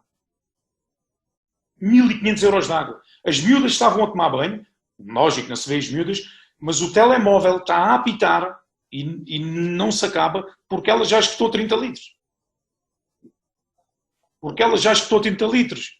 Só para vocês terem uma ideia, hoje este senhor vende cada pecinha destas à volta de 69 euros. 69 euros. A empresa dele vale quase 3 milhões. Tem um valor... São práticas banais que às vezes nós não pensamos, mas nisto nós podemos corrigir isto tudo e há todo este processo. E acho que juntar a passivos às eficiências energéticas, nós não podemos só ver o preço do retorno. O preço do retorno. E eu posso dizer, imaginem uma moradia de 100 mil euros, estamos a falar, se for bem projetada. Agora é assim, se não existe dinheiro para o projeto, também não existe nem para passivos, nem para o projeto, nem para nada. Mas começar logo no projeto. Com pés e cabeça. Com pés e cabeça. Para o projeto não existe dinheiro para nada. É verdade ou não? Penso eu que sim, não é? Penso eu que sim, porque é assim. Porque... Agora, deixa-me só passar aqui, iniciar aqui um momento de discussão. Pronto, eu já fui registrando aqui algumas perguntas que foram sendo colocadas no chat. Uma delas tem que ver com o pavimento radiante. E o que é que motivou a definição de um pavimento radiante em todo o piso da casa? Acho que o calor há uma dissipação de calor uniforme. É uma dissipação de calor uniforme. E depois, é assim, se o projeto, voltamos outra vez à história do projeto, não é? A gente fazemos a roda, mas depois paramos sempre no início como se começou a roda. Nós em Portugal, em média, por exemplo, temos 8 meses de sol. Com 2 painéis e um depósito de inércia, tu basicamente, e posso dizer aqui, durante os meses de verão, eu tomava banho de água tépida, de água quente, tinha água a 80 graus lá dentro, porque faz a circulação, e tinha água a 80 graus lá dentro, e assim, eu estou a gastar água, tudo bem, estou a consumir uma água que foi aquecida pela natureza, tudo bem que é um processo mecânico que foi pago, mas que ajuda a consumir, e para todos os efeitos, posso-vos dizer que eu, à parte da casa, criou um tanque de natação contra a corrente que não era para ser usado, mas tem tanta energia dos painéis solares, já se fez um cálculo, se meter mais 3 painéis solares, consigo trabalhar com as bombas, porque eu tenho que largar energia para algum lado. E com um prometador consigo aquecer a água. Porque é isso o piso radiante. O piso radiante é uma sensação de conforto. E quando se faz as contas, porque as contas não podem ser contas de merceeiro, temos que fazer a longevidade de uma coisa. Por exemplo, há malta que diz que o ar-condicionado pode ser mais barato. Ele estava a fazer a dissipação de calor de forma uniforme. Porque ele aplicou isto em toda a casa. Sim, nas casas de banho e tudo. Casas de banho, toda a casa. Só há um sítio que não tem piso radiante, por exemplo, é a banheira, são um sítio para guardar coisas, é a parte dos móveis, né? Debaixo dos móveis, que não tem, e passei em toda a casa. Posso-vos dizer que no inverno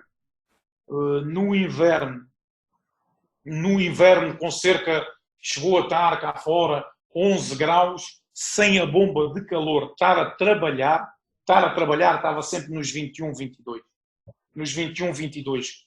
Porque mal existe um bocadinho de calor, os painéis, posso dizer, são os Dryback da Daikin, não tem problemas nenhum de dizer, eles funcionam, a bomba funciona. Agora, todo o circuito está feito para estar bem isolado.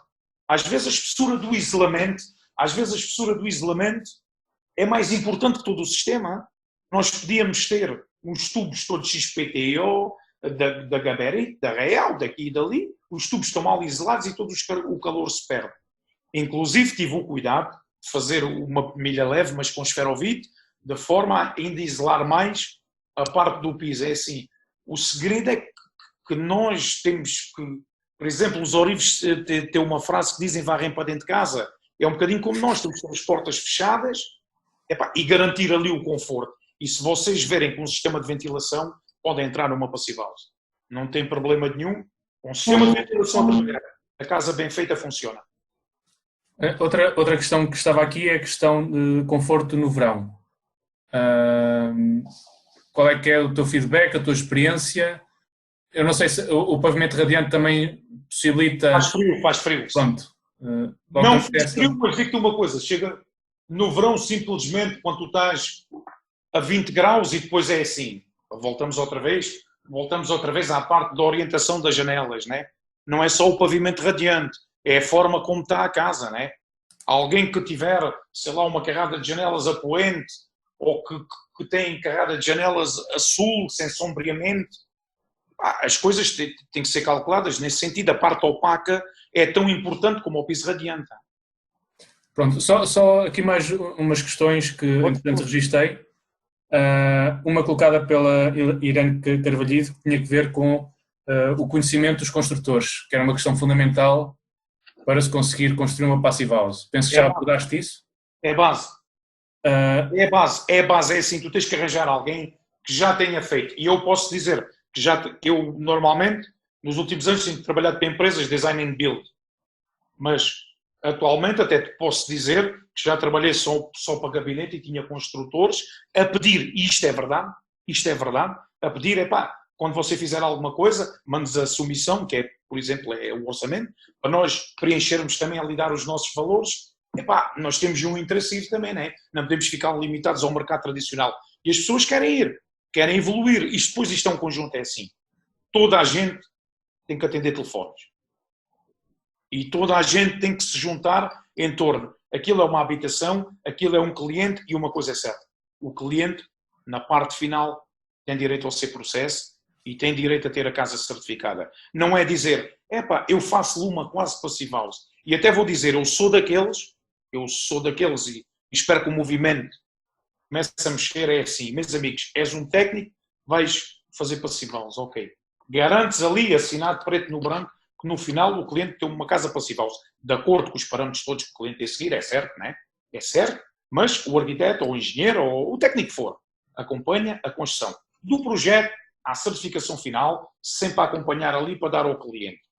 E outra coisa é assim, o cliente depois não pode dizer, vou comprar janelas à Roménia, à Bulgária, à Estónia, aqui e ali, não. Também tem que seguir o processo. Define-se os materiais todos, em projeto, e depois é só aplicar em obra. E se vocês forem ver, voltam só um bocadinho ao preço da bomba de calor, eu digo para a mesma casa, para o mesmo nível de conforto, metam uma situação de ar-condicionado. Metam uma situação, sei lá, do termosifão com 2 painéis solares. E depois façam as contas a um piso radiante mais ou menos em condições. Se calhar não estamos assim tão longe. Em termos de valores, porque eu já pedi esses orçamentos todos para fazer pontos de equilíbrios e não estamos tão longe em termos desses valores. Há nada com essa. Pronto. Não sei se há mais alguma questão que queiram dizer diretamente. Podem perguntar. Estamos aqui, acho que é para fazer... Eu gostaria de colocar uma questão, se fosse possível. Pode? Força. Marco Teixeira, eu reparei que a solução de cobertura, e tinha curiosidade em saber, o sistema de impermeabilização que foi colocado por cima do isolamento e por cima daquela lâmina... Não tem probabilidade de outra marca, Sika Roof. Não quer saber da marca. Sim, pronto, queria perceber era se ele tem especificamente um SD para poder transpirar, tem, está pelo lado de fora. Tem. Sim. Eu vou dizer, mas não, nem devo nada de Sika, nem mais dou nada, mas pronto. É o MTC, eu a única coisa que fiz foi ali fazer o sistema, o que é que eu fiz ao sistema? Se o sistema disse 3 camadas, eu preferi dar mais uma camada, pronto, no sistema, mais nada, mas é assim, aquele sistema funciona e é um bom sistema para cobertura. Tens da Encan também. Mas é um sistema barreira, com função de barreira a vapor, não é? Sim. Ok, transpirável. Sim, É sim, transpirável. Ok. Sim, é transpirável, sim. Ok. Obrigado. E depois, de todas as maneiras, tens sempre uma VMC lá dentro. Né? Pois, com certeza. Tens uma VMC lá dentro que te ajuda, né, em todo o processo. Não, a minha curiosidade era se pudessem haver condensações depois por baixo. Não. Posso dizer e simplesmente é assim. A casa está lá, está. E pode chegar ao fim de 3 meses e ela esteja fechada. É que tens outra coisa, por exemplo, que é engraçado. Não precisas ligar a ninguém, abram janelas. Não é preciso ligar a ninguém para abrir janelas. Ela ventila-se sozinha, ela vive sozinha. Tenho pena de não passar mais tempo em Portugal, porque o interesse até era ter vegetalizado o telhado e feito de outra forma. Se passasse lá a maior parte do tempo, agora, por exemplo, em princípio irei para baixo, mas ao início não se pensava nisso e houve situações que mudaram. Mas é sempre interessante e há bons sistemas e é assim. E eu ouço uma coisa dizer, não existe em Portugal. Eu não digo que não existe em Portugal, o que não falta é materiais aí. E há materiais aí, é trabalhar com as pessoas certas e com quem der apoio. Dá para a frente. E o importante é que toda a gente cresça em conjunto, não é? Exatamente. Todos aprendam uns com os outros, não é? Exatamente. Nós não somos aqui nenhuns gurus que estamos sentados numa cadeira e que sabemos tudo. Hein? Há outras pessoas que nos vêm ensinar, por isso simplesmente eu já vi técnicas de colar a fita que eu pensava que eram as mais corretas à volta das janelas, depois vejo o gajo a colar de outra maneira e aquilo funciona, e depois é tudo um conjunto, e depois é um conjunto que é assim, temos que aproveitar o saber dos pedreiros, dos carpinteiros, dos trolhas, toda essa gente também faz parte do processo.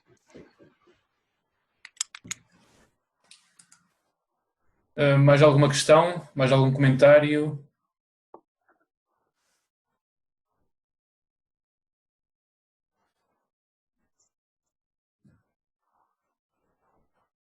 Bom, se calhar para terminar, só...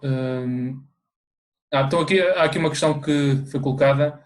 Como é que é a extração na cozinha? A extração da cozinha é uma placa com extração integrada.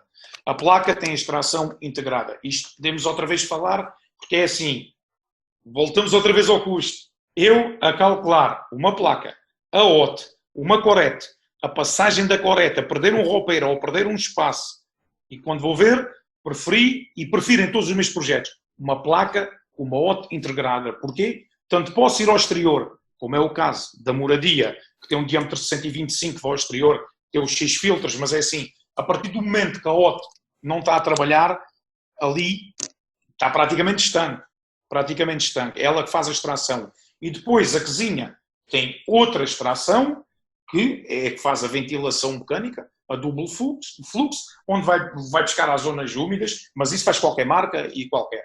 Tens da cozinha, normalmente as marcas têm um diâmetro de 125, passa-se 2 tubos 70, 75, 80, 90, depende da marca e dos seus tubos, e depois extrai, é sempre a extrair nas zonas úmidas, cozinhas, despensas, casas de banho e insuflar nas zonas. Outra coisa, por exemplo, já agora que aproveito para dizer da ventilação, as pessoas não pensem que se pode só pôr a ventilação do meu fluxo de cima da porta, ali ou aqui. As pessoas podem ter a ventilação em qualquer lado. Podem vir debaixo da laje, podem ter ela no chão. E hoje há sistemas para limpar, há sistemas hoje, umas simples bolinhas ali dentro, vão à caixa de repartição. Nas moradias os tubos também não são longos, por isso é um sistema, mas é feito assim toda a extração. Sim. Pronto, há aqui só mais 2 questões e se calhar terminamos com isto. Como é que se garante o conforto no inverno a 20 graus? E o pavimento quase nunca liga. Pronto, não sei se o pavimento radiante quase nunca está ligado. Mas é assim. Nós se quisermos um chão quente a ferver, tínhamos que andar, por exemplo, nos Açores, não é? Lá em cima dos geysers ou daquelas coisas. E é assim, o pavimento radiante, atenção, a dissipação de calor, o pavimento radiante não liga, mas não quer dizer que esteja quente. O pavimento, devido aos seus sensores, a bomba de calor é que não precisa estar a trabalhar. Porque a temperatura é constante, mantém-se ali constante e deixa-se estar ali constante. A bomba de calor só liga quando realmente precisa de apoio, que deixa a partir daquela temperatura e o sensor obriga a bomba a trabalhar. Mas a sensação de conforto que as pessoas têm, isso passa-se muito com o imigrante nos trabalhos no país norte. é chegar a casa e sentir o chão quente, quente.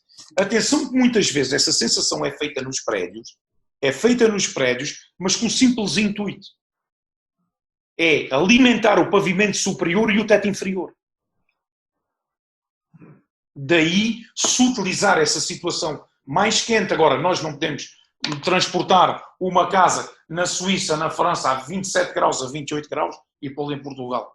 Não tem nada a ver. Não tem nada a ver. Nem a umidade relativa é igual, nem o clima é igual. Há coisas completamente diferentes. Agora, que a sensação de conforto existe, é diferente uma pessoa entrar dentro de uma casa e a casa está a uma temperatura a 21, 22 graus ali de inverno, a pessoa sente-se bem, tira o seu casaco e anda ali com uma t-shirt, com uns calções e de chinelos. Ou então, imagino que essas pessoas que fazem esta pergunta, como é que eles vivem? Num iglo, no Polo Norte? Pode ser, não é?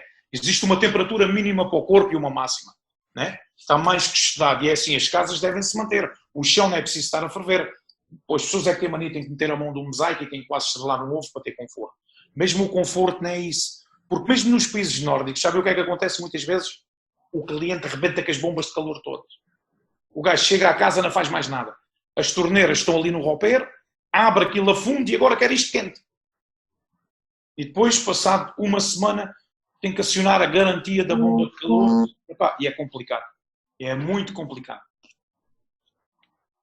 Márcio, se permitires, o sistema que o Márcio usou é um sistema da Schluter que funciona com uma temperatura de impulsão muito baixa. Portanto, ele tem uma espessura acima, no fundo, da tubagem, na ordem de 1 centímetro, 1,5 centímetros. Quer dizer, se tiver uma temperatura de impulsão na ordem dos 25 graus, ele vai ter a sensibilidade na ordem de 21 a 22.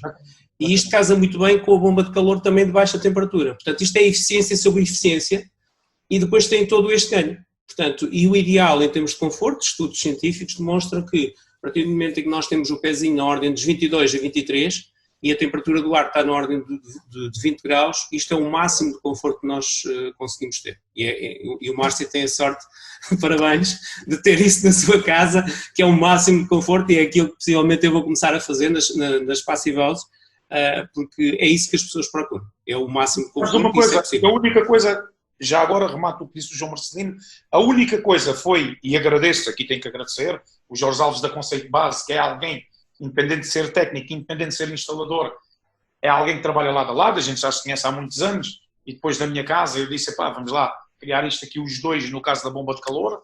Ele disse, e ele tem razão numa coisa, é melhor por excesso do que não ter.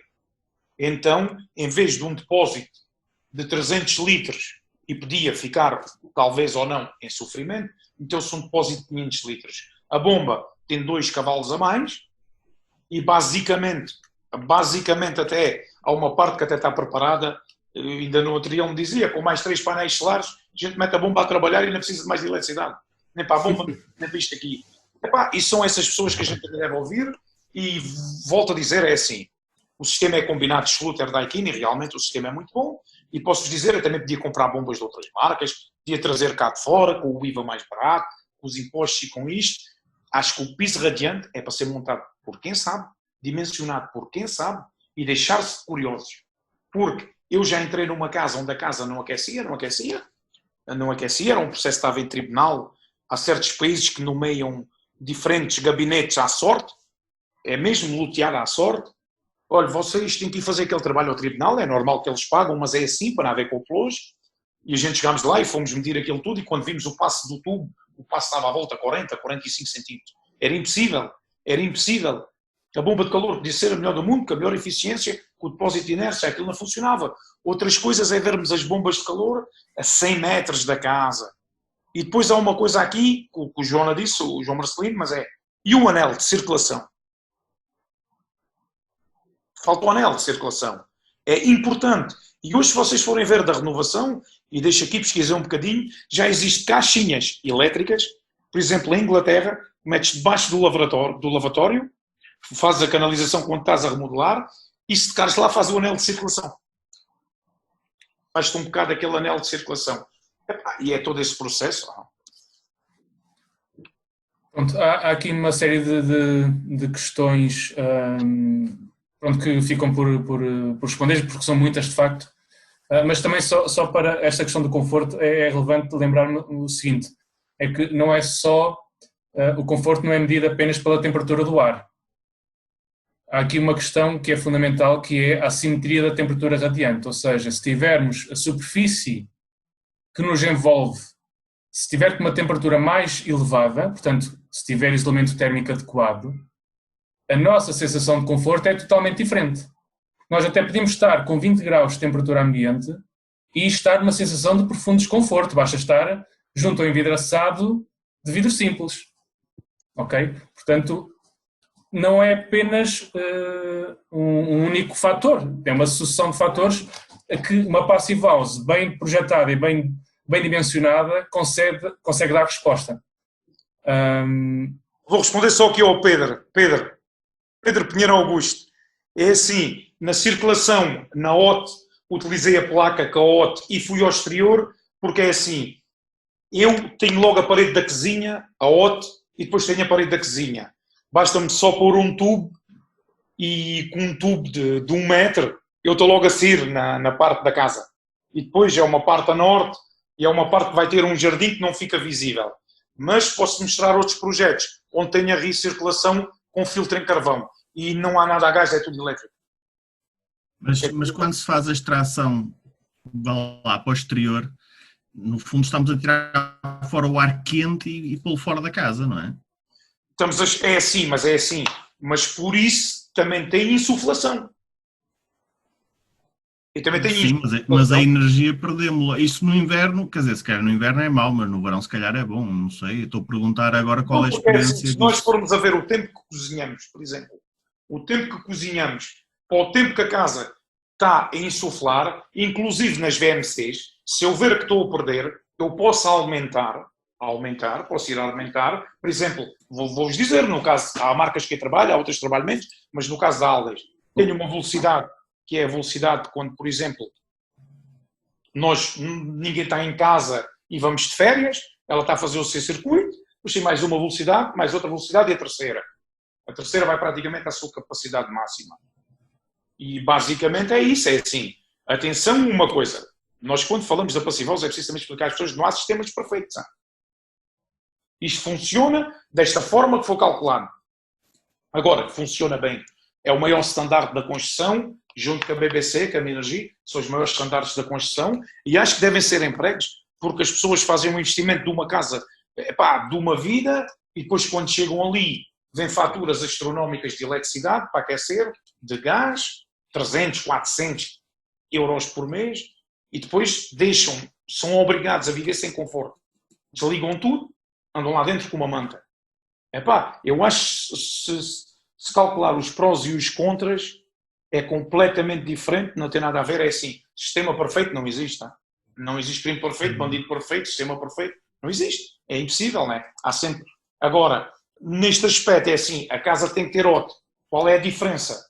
É que a diferença, se eu tivesse que ter uma OT, ali depois a extração desta OT é controlada completamente diferente. Tem 8 velocidades. E o ensaio de estanquidade? O ensaio de estanquidade é feito com a OT no sítio? A OT estava no sítio, só que é tapado o buraco, normal. Exatamente, só que é tapado o buraco, né? O resto é tudo o que a casa tem. Não há cá mais nada. Está as janelas, portas fechadas, eles escolhem a porta exterior da rua e assim faz o teste de estanquicidade.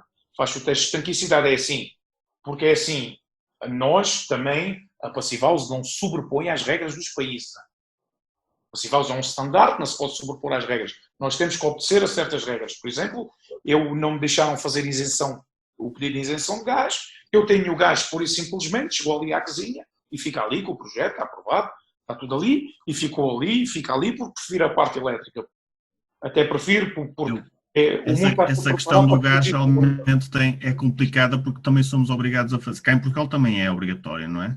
Eu também fiz. E essa casa é no Mindelo, é em Portugal, certo? Exatamente. Mas eu tenho deixado o gás à saída da caixa na parede do lado da rua, quer dizer, é só mesmo para enganar, realmente é ridículo a legislação, uma pessoa é obrigada a usar uma manha. Eu não tenho levado o gás para casa, não é? É uma opção, não me interessa. Sim, é uma opção, estás a perceber? Por exemplo, eu tenho o gás até dentro de casa e água quente e água fria até dentro de casa. Porquê? Porque eu faço sempre isto nos projetos. Um dia, por qualquer motivo, as pessoas podem ter um problema na vida ou a bomba de calor. Imaginem que uma bomba de calor avaria e a pessoa pode arranjar um esquentador e fazer a sua vida. Pode arranjar um esquentador e fazer a sua vida. Mete ali um esquentador, mete o contador do gás e fazer a sua vida. É uma mais-valia. Ou mais à frente, não se sabe, mas pronto. Normalmente eu deixo, mas isso lá em baixo, aqui os sistemas de gás, ninguém quer o gás. E é assim, os países todos estão-se a preparar a energia mais limpa, a energia elétrica, e é verdade, vem através da hídrica e de outras coisas. Os consumíveis fósseis, ninguém os quer aceitar. Ainda aqui há tempos eu estive num colóquio, muito falavam.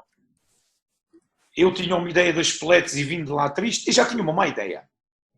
E com caldeiras a pellets, com aquecimentos a pellets em casas enormes, e aquilo realmente não funciona, o serrinho da madeira ninguém sabe a origem, aquilo é tóxico e passa por estes padrões todos. Daí eu não vejo necessidade de pôr uma lareira com apoio a isto, com apoio àquilo, depois o termosifão com 2 painéis e depois ainda vais pôr o ar-condicionado, uma salganhada ali de processos. Quando chegas ali, metes um piso radiante, uma bomba de calor, um processo tão simples. Mas é simples, é um processo simples, mas pronto, depois é gosto, e depois cada cliente ou sem gosto, são opções. Ok, obrigado. Alguém tem mais alguma questão? Só que uma nota, pronto, relativamente ao teste de estanqueidade ao ar, ele tem de cumprir as normas europeias, portanto, nesse caso a OT funciona como qualquer outro sistema de ventilação, tem de ser tapadas as vedações. Tem de ser vedadas as... Desculpe, só uma pergunta, mais uma, desculpe, em relação ao gás outra vez. Mas o projeto de gás não obriga a uma ventilação permanente, uma abertura permanente na cozinha?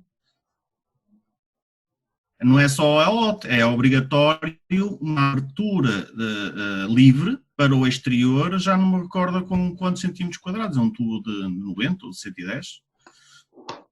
Olha, se só obriga a isso, eu posso lhe mostrar o projeto de gás, não tem nada disto.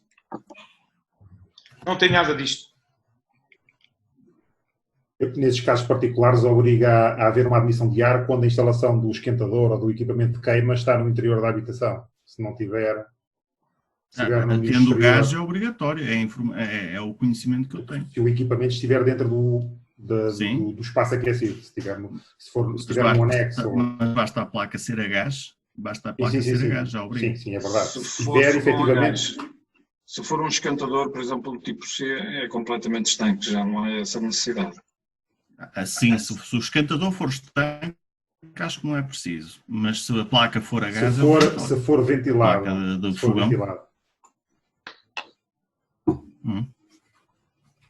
Acho que obriga a isso. Ok, uma última questão. Eu ponho aqui uma questão pertinente, é assim. Na ventilação dos esgotos, a ventilação dos esgotos foi feita com válvulas da Gabarito. E tenho que fazer um bocado de publicidade à marca, enfim. Foi feito com válvulas da Gabarito e para se poder, e inclusive ao início, teve o projeto dos esgotos, eles não aceitavam, foi-se buscar a legislação europeia e eles aceitaram.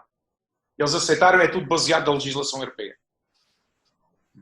Basicamente, as válvulas estão lá, são válvulas da Gabarito, daquelas brancas, vocês podem pesquisar. São válvulas de admissão. De admissão, sim. Hoje vocês também, se existir, vou fazer um bocadinho de publicidade, já podem ir lá ao telhado, que a Gabarito vem de criar umas válvulas térmicas. Custam um braço, como diz o outro. Custam um braço. Custam à volta de 300 €. Mas é uma válvula térmica que tu encaixas no tubo e é térmica mesmo. Mesmo completamente térmica. Completamente térmica. Eu no outro dia até tive uma na mão e não sei onde é que tenho a foto, eu tirei a foto, mas é completamente térmica. Já pode ir lá acima. Sem problemas. Uma válvula destas resolve a passiva-se também. Posso dar aqui só uma chega sobre a questão do gás, porque já acompanhei a situação em obra, não era uma passive-valve, mas foi uma situação onde não se queria ter gás natural, teve que se fazer o projeto e a pré-instalação. O que foi feito foi as aberturas de ventilação, depois da vistoria foram fechadas, é sempre uma hipótese, tendo cuidado de fechar depois, de maneira que termicamente e que a estanquidade sejam funcionais, não é? É uma artimanha, no caso de exigir essa questão com o gás. Eu, nos projetos que fiz, a rede nem sequer chega a entrar em casa, acaba a saída da caixa do contador. O projeto é certificado assim e, portanto, é isso que é vistoriado. Às vezes aceita-se que o gás chegue só até à parede exterior, outras vezes não se aceita isso, depende um bocado de quem está a vistoriar e do local. Se o projeto for aceito pela entidade certificadora assim, há quem permita. Acabou, está certificado. Sim. Depende um bocado. Mas isso são questões que mas é complicado, porque é um projeto certificado ainda por cima. O problema do projeto de gás é ser certificado, não admite alterações, senão tem que ser algo de nova certificação. Mas a partir do momento em que esteja certificado de nada maneira, vem a inspeção e vai verificar se está feito de acordo com a certificação. Mas é feito um projeto para não comprometer, e isso é possível fazer perfeitamente, para não comprometer sim. Sim. Ok, vamos então fazer o encerramento da sessão 2 da conferência Passive House para todos. Pronto, só agradecer uma vez mais aos media partners, aos parceiros institucionais e aos parceiros estratégicos. Agradecer mais uma vez aos oradores, ao Francisco e ao Márcio, pelas excelentes apresentações e pela discussão e o diálogo que conseguimos gerar a partir daí. E é esse o principal objetivo desta conferência em tempos de pandemia, é podermos ter aqui um meio para discutirmos e falarmos sobre estas questões. É o meio do futuro, o Zoom é o meio do futuro. Foi pena não termos comprado ações do Zoom aqui há 3 meses atrás. Exatamente, vês?